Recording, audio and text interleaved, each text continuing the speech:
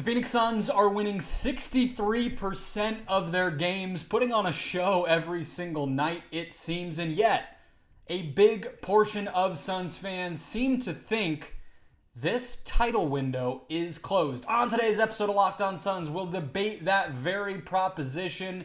Is this it, or is there more? Let's go.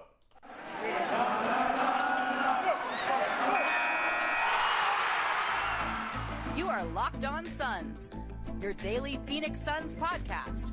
Part of the Locked On Podcast Network, your team every day.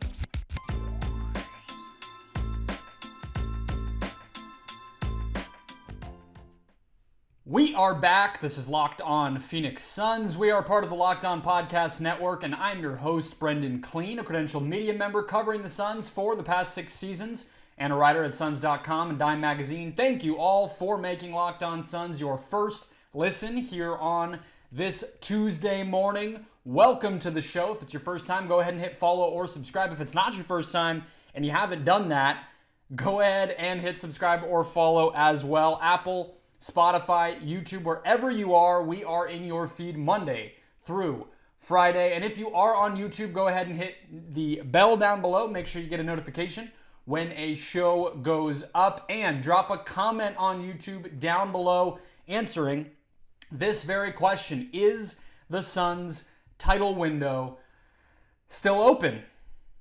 That's it. That's what today's show is going to be focused on. Today's episode brought to you by BetterHelp. As the world's largest therapy service, BetterHelp has matched 3 million people with professionally licensed and vetted therapists, available 100% online. Learn more and save 10% off your first month at BetterHelp.com/LockedOnNBA. So, I guess this episode is in response to a few things. One, a bunch of Twitter conversations that I got into over the weekend. Apparently, I'm keeping the dying embers of Twitter alive in my heart, and I just couldn't help myself. But it's fun. It's nice every so often to just engage, debate, argue a little bit on this stuff, because I want to know where you guys are coming from so that I'm not always just yelling about what's going on in my brain. And I'm sensing it with the way that the team is being talked about kind of nationally, or maybe not talked about. And a lot of the focus, we're past the chaos of the offseason with Durant and Ayton and Crowder and Sarver. But even since then, a lot of the focus has been on what the Suns haven't done in the case of trades, or what they are changing or lacking, or whatever it might be, the injuries. And I think that hides the obvious fact that this team is playing very well. So let's start there. They have a 10-6 record this season. The Suns are then, as a result, tied for second in the Western Conference, all right? They are third in opponent-adjusted net rating, meaning if you adjust for who they're playing, they are outscoring teams by the third best rate on a per 100 possession basis in the whole league. They're third in offense, ninth in defense by that metric. They've missed Chris Paul for 6 games, Cam Johnson for 8 games, and Crowder obviously for all 16 games, and yet they are, again, 10-6. Championship caliber, championship upside. Check that box as well. The Suns, according to 538, have a 22% chance right now of making the NBA Finals and a 10% chance to win the NBA Finals. Now, you can buy into that as much as you would like to. Those numbers can be a little crazy, especially so early on, but the odds makers seem to agree. Bettors seem to agree. The Suns have the 4th best odds in most sports books to win the title, behind Milwaukee and Boston in the East, the two Eastern, well, they were the best teams in the East. They did not make the Eastern Conference Finals. And then the Warriors, the defending champions, who have plenty of question marks in their own right. I don't know if anyone would power rank the Warriors ahead, but, people love to bet on the Warriors. They probably got a lot of preseason action, so there they are as well. That's rounding out the top 3. The Suns are right behind that group. So keeping all that in mind, I think 2 things can be true, all right? The Suns have some genuine weaknesses, okay? But And they should try to address those through trades, right? They have weaknesses. They can get better. They should try to get better. That's thing number one. Thing number two is that while the past 2 seasons, I think the way that they ended, the fact that they ended and didn't result in titles is understandably affecting the way we are interpreting this team in the present day. They've had a fantastic chance to win the championship both of the past 2 years.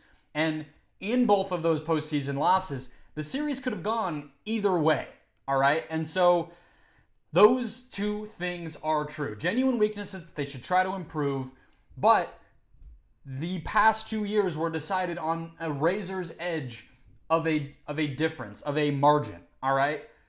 And so when you look at this season, we always knew what this was going to be, right? Like, that's part of what I was a little bit shocked by when I've seen the chatter among sort of, analysts or talking heads on TV or whatever you want to use there, people who outside of Phoenix on Twitter, whatever you want to call it, as well as Suns fans day to day online in my life. Aaron Edwards on this show, who comes on every week, I think he predicted them for 49 wins. And part of that was knowing how this season was going to play out, but that's what that brings me to. This year was predictable. The fact that they're only, quote unquote, only 10-6, I mean, that's a lot of teams would kill to be 10-6, I think. But the fact that that's how this season has gone, I still feel like we should have expected it, all right? So here's what I mean by that.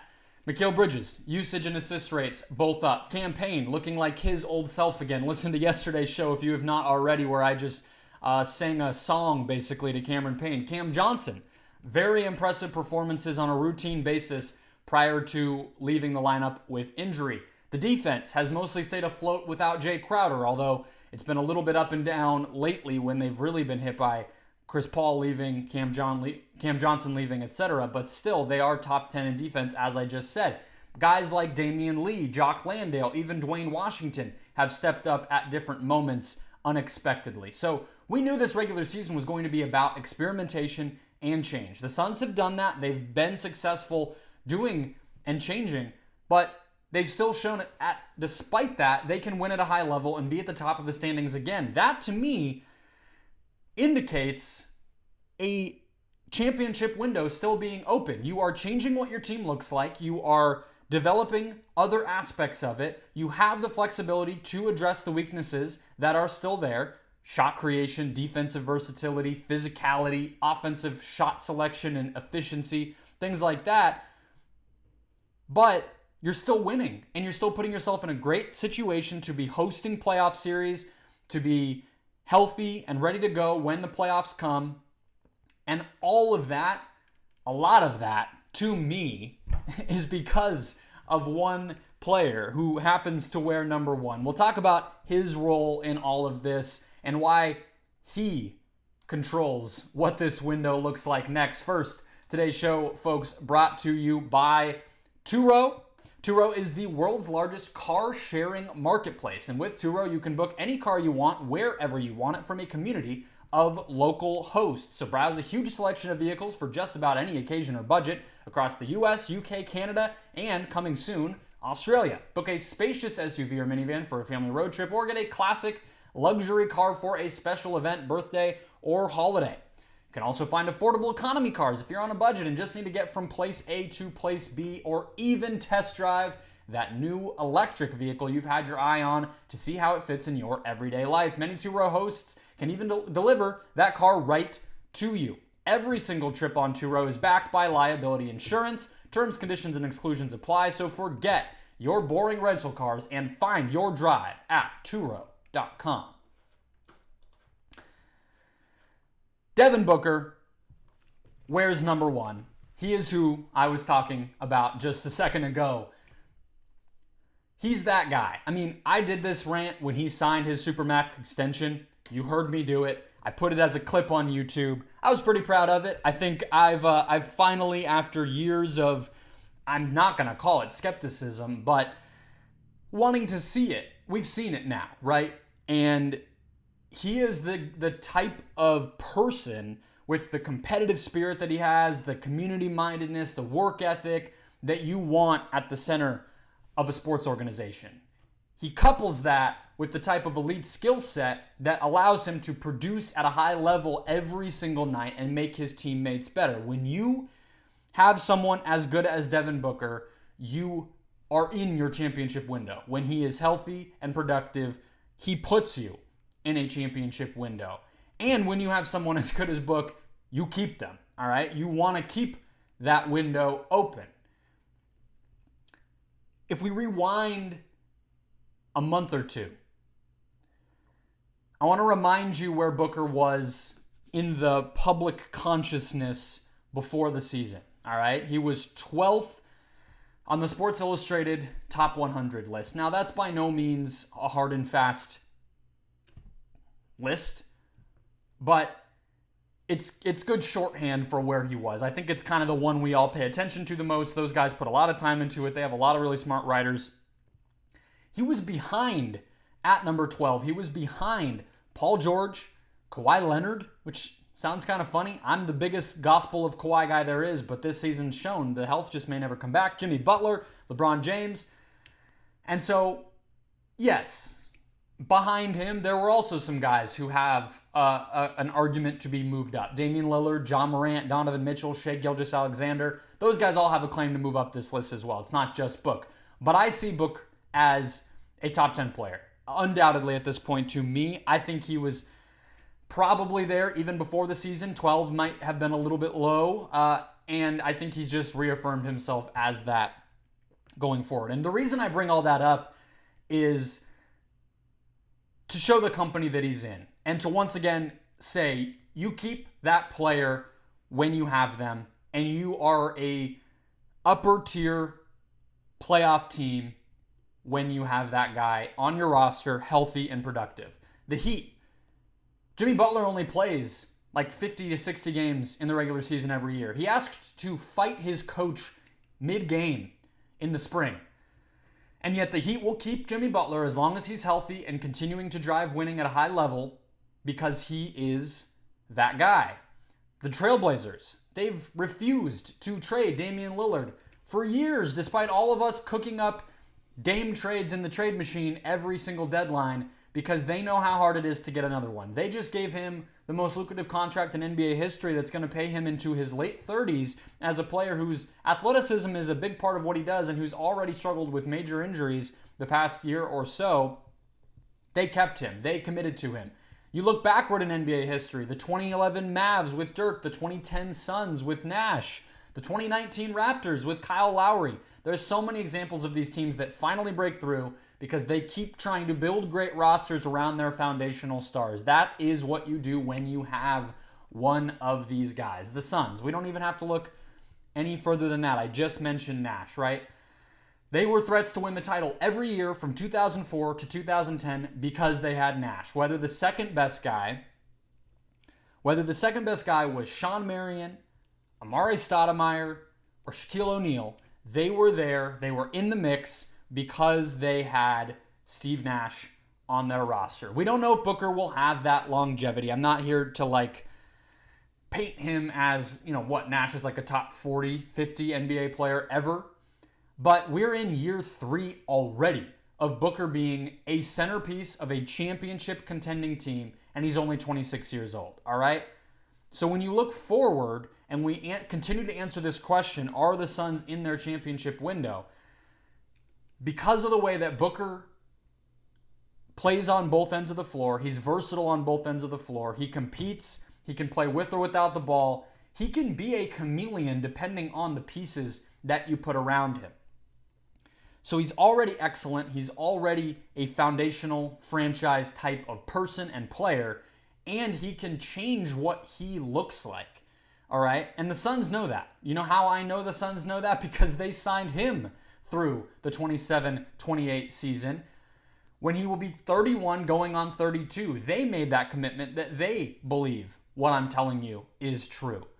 If they didn't believe that he could be a centerpiece of a championship team, this is not the type of situation like with Steph Curry or Damian Lillard, who I just mentioned, where maybe a little bit here they're paying you for, or even Kevin Durant, right? They're paying you for what you have been, what you have meant to the team, what you've meant to the franchise, what you've accomplished, and you're getting paid as a thank you, right? Like as a commitment because you committed. That's not really what this necessarily was. Devin Booker has only really accomplished much of anything the past 2 years, and yet the Suns gave him another 5. They gave him a supermax. He did not necessarily need to get that, right? They gave it to him because they believe that he's the guy who will dictate what their championship window looks like. And I would personally make a bet that outside of injuries or maybe one reset season like we often see with these teams, the Warriors during COVID, whatever, the Suns will be title contenders for the duration of that contract. From Booker now until 31 going on 32, I think the Suns will be right in the mix. Will they be 64 wins, best title odds in the NBA like they were last year? Maybe not. They might not even be that this year. But they will have a shot. And I don't feel like people are taking that in to the extent that they need to. Because yes, they missed out on Kevin Durant. Yes, there are these holes. I'll talk about those in a second. Then moves that the Suns will need to nail to keep the window open. But it's open. It's firmly open. They could enter the playoffs with this roster, and I don't see necessarily any one crazy great team that I'm terrified of if I'm the Phoenix Suns. And we know they'll improve the team from here. So I'm not just drinking the Kool-Aid. I'm not trying to convince you, but this season's going according to plan. Booker is playing the best basketball maybe of his life. And I don't know what would lead anybody to rescind or lower their expectations of this team as a result of what's happened this year. As long as they have Booker playing this way and a culture of growth and development around him with a roster that makes sense, they're there. And that's still true this year, even with all of the uncertainty with a lot of the other parts of this team. I want to get into the moves that are going to need to happen to keep the window open, starting with the next few weeks. First, today's show, guys, brought to you as well by LinkedIn. These days, every new potential hire can feel like a high-stakes wager for your small business. Trust me, I know. We are in a little bit of a reset at my institute at Arizona State University, and I'm in the middle of this as well. You want to be 100% certain you have the access that you need to the best qualified candidates available, and that's why you should use LinkedIn Jobs. It's super easy. You just post the job to your company page. You list what you need. You put what types of cultural qualities, which for a small team like mine can be really important because we don't have a lot of people.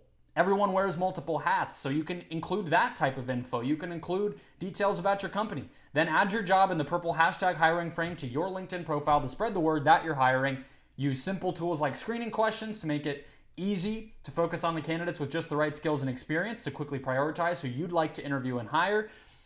As we get into the holidays and head toward January 1st, it's vital to finish the year strong, and the right team member might help you do that. It's why small businesses rate LinkedIn Jobs #1 in delivering quality hires versus leading competitors. LinkedIn Jobs helps you find the qualified candidates you want to talk to faster. So post your job for free at linkedin.com/lockedonnba. That's linkedin.com/lockedonnba to post your job for free. Terms and conditions apply. Today's show, guys, also brought to you by My Solar Nerd.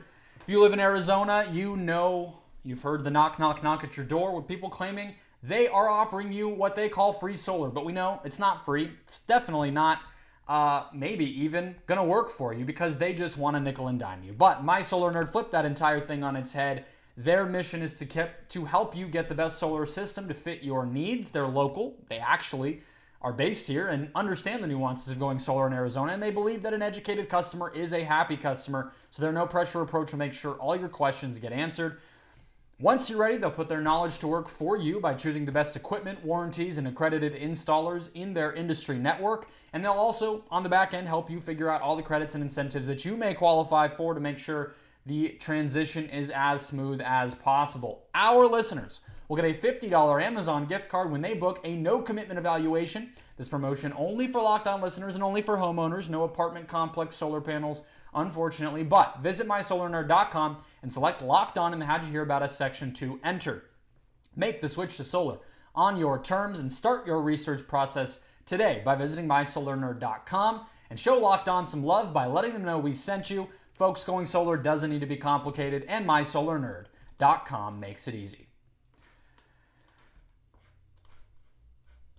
Devin Booker's presence on this team keeps the window open. To keep the window wide open, the Suns need to nail 5 moves. All right, 4 moves. I wish it was cleaner. I wish it was 5.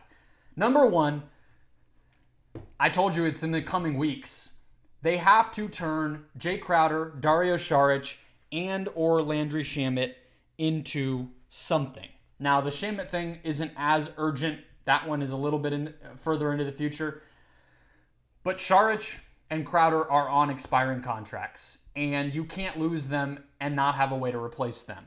And that's where the Suns kind of are right now, because next year they will still have all their other core members on their current contracts now that Ayton is signed long-term, and they'll be adding Cameron Johnson. So they're pretty much into the tax no matter what. And so you're getting to this point as a team builder. If you're James Jones, if you're the cap guy, Trevor Buckstein, you need to keep rolling over assets. So great teams turn, yes, the big fish of Kevin Durant eventually into Andrew Wiggins. But they also nail the smaller stuff, right? Ben Simmons into James Harden. That's a little bit of a unique situation, but that's an asset that you're looking to potentially lose, or you could trade it for a bunch of smaller contracts. Instead, what did Daryl Morey do? He turned that into another big contract for a star player. But again, the smaller stuff. Kemba Walker for the Celtics, becoming Al Horford, right? Josh Richardson for the Heat, becoming Jimmy Butler, if you can remember all the way back to that. Very crazy stuff. The best teams do that, all right? Number 2, the Deandre Ayton situation. And I call it a situation because I don't know what the end result will be. I think the Suns either need to find a way to keep molding him into an all-star, play a lot better than he has this year, more consistently at the very least, or trade him for another difference maker, right? That's been the case since he didn't sign his extension. You know, they explored Kevin Durant trades. They might have explored other trades. We know they offered, or talked about at least, Ayton for even a guy like Domantas Sabonis. And so he could be part of the post-Chris Paul answer for this team as a shot creator, as a two-way star, or he could be traded for someone who is going to be closer to that. And I think the deadline on Ayton's peak value may be coming sooner than you think, all right? And so that's why I have it second on this list. We all know he becomes available on January 15th, but if we're talking about keeping the title window at its absolute peak, as wide as it can be, think about Kristaps Porzingis. It's not a perfect comp because he had health questions, he had the pending lawsuit when he got traded from the Knicks to the Mavs, but they traded him basically on his rookie deal, and they look pretty smart in hindsight. Now, getting off of Tim Hardaway was a little bit of a bizarre part of that, and so I think that it makes it hard to measure the trade, but the Knicks got 2 first-round picks back when Porzingis was at his absolute peak value. And I think Ayton would be, he's coming up on a similar part of his career where if he were to have a whole full season playing as inconsistently as he is right now, his value is probably already lower than it was at this trade deadline. If they were to keep him through the full year and he didn't play at a really high level, then you're already starting to look at his value going down because he's making max money. He's kind of getting these opportunities now to prove it. He's turning theoretical into real, and you start to lose a little bit of teams going after you when you don't live up to the expectations that they have. So that's next. The Suns have to either turn him into something as a trade or as developing him into a great player. Number 3, the Cam Johnson extension. You just can't lose him for nothing, right? I mean, that's obvious. You keep the flexibility by allowing him to keep developing and retaining the trade ability if you want it or need it. By giving him that extension, I guess you could trade him, sign and trade. That is also a possibility, and you turn him into somebody else who checks those boxes. But also because the 2019 draft has kind of just become the last one in which the Suns will get a blue chipper out of it, right? They didn't turn Jalen Smith into anything outside of Torrey Craig, role player. 2021, they traded their pick. 2022, they didn't have a pick. So they really need to retain the Cam Johnson asset, because otherwise the young talent, the affordable whatever, starts to run out pretty quickly. The fourth and final move that they need to nail here is obvious. You know what it is. I just didn't put it first because it's not necessary as long as this guy keeps playing at a really high level, and that's Chris Paul. They need to nail the transition from Chris Paul to whatever is next. I did a lot of chatter about this topic right before the season started, or maybe right between preseason and the regular season, with Gerald Bourguet of PHNX, because we talked about Shai Gilgeous-Alexander, but the conversation got into a lot of other things where I was really convinced, okay, I actually do think you need that player to be a point guard, because I think you should operate, if you're the Suns, as if Cam Johnson and Mikal Bridges are going to be on your roster. Although, obviously, if you were to be trading for a guy like Shai or Kevin Durant, whatever, Damian Lillard, whoever you want to throw in there, these guys are going to be going out. Bridges, Johnson, somebody. But with the way that Booker plays best and the way that the rest of this roster is built, I just think it does need to be a guard. It needs to be somebody else who can handle the ball, who can drive to the basket, draw fouls, etc. Maybe with the way the NBA is these days, if it was a ball-handling wing, I'm not going to throw a fit. You know what I mean by a guard. Somebody who handles the ball. It needs to be a ball handler, all right? And they need to really nail that, because as much as we can get pretty intrigued by the growth of Mikal Bridges, maybe he is good enough one day to be something of a second option. Cam Johnson, maybe he's, a second, third option. I don't think there's a pathway for either one of those guys to get to the level that, Chris Paul at his peak has been. The guy who in Game 6 against the Los Angeles Clippers in the playoffs is closing out with 40-plus points and, just dismantling Denver's pick-and-roll defense in the second round, or, making every one of his field goal attempts against the New Orleans Pelicans. Like, Chris Paul's old. You have not been able to count on him consistently in the postseason in either one of these Suns runs. But all of that said, I have a very hard time believing Bridges or Johnson get to that level. So, you need somebody to fill that void. I don't think it needs to be somebody as great as Shai Gilgeous-Alexander or as great as Damian Lillard or Kevin Durant, or whatever guy you want to put into that hole, because I think Booker will continue to get better. I think Booker will continue to be handling the ball more, be more comfortable being the engine of this offense. But you can't lose that much talent and offensive ability and not replace, 60, 70, 80% of it before the opportunity is up. And it's not going to be easy, but that's the biggest thing. That's, maybe next summer, maybe the summer after. That's the biggest one of these things, but there's all these little things. Managing a great team is a lot different than managing a rebuilding team, because a rebuilding team, all your players, even if they start to become good, they're all cheap. All you're really thinking about is their extensions. What role players can we sign? We have oodles of cap space, so who do we sign to make us better? That's it. This is all about asset management. Develop the players on your roster, extend them, keep them, make them happy, and then eventually use them in trades. Like, that's what this is for James Jones now. So there's the Booker side of it. There's the Monty side of it, which is what we were talking about at the beginning. Keep winning while you're experimenting. The franchise player side of it with Booker getting and staying great. And then the James Jones and the front office side of it of nailing these little moves along the way. But this window's open. I promise you this window's open. Rest assured. Keep watching this season, enjoying what this becomes, but it's not going anywhere. that'll do it for today's show, guys. A big thank you for making Locked On Suns your first listen. We're available everywhere. Hit subscribe wherever you're finding us. Drop a comment down below, a rating, everything to keep engaging, making sure others can find Locked On Suns as well. I'll talk to you tomorrow after the Lakers game. But in the meantime, make Locked On Sports Today your second listen to catch up on everything else going on around the league.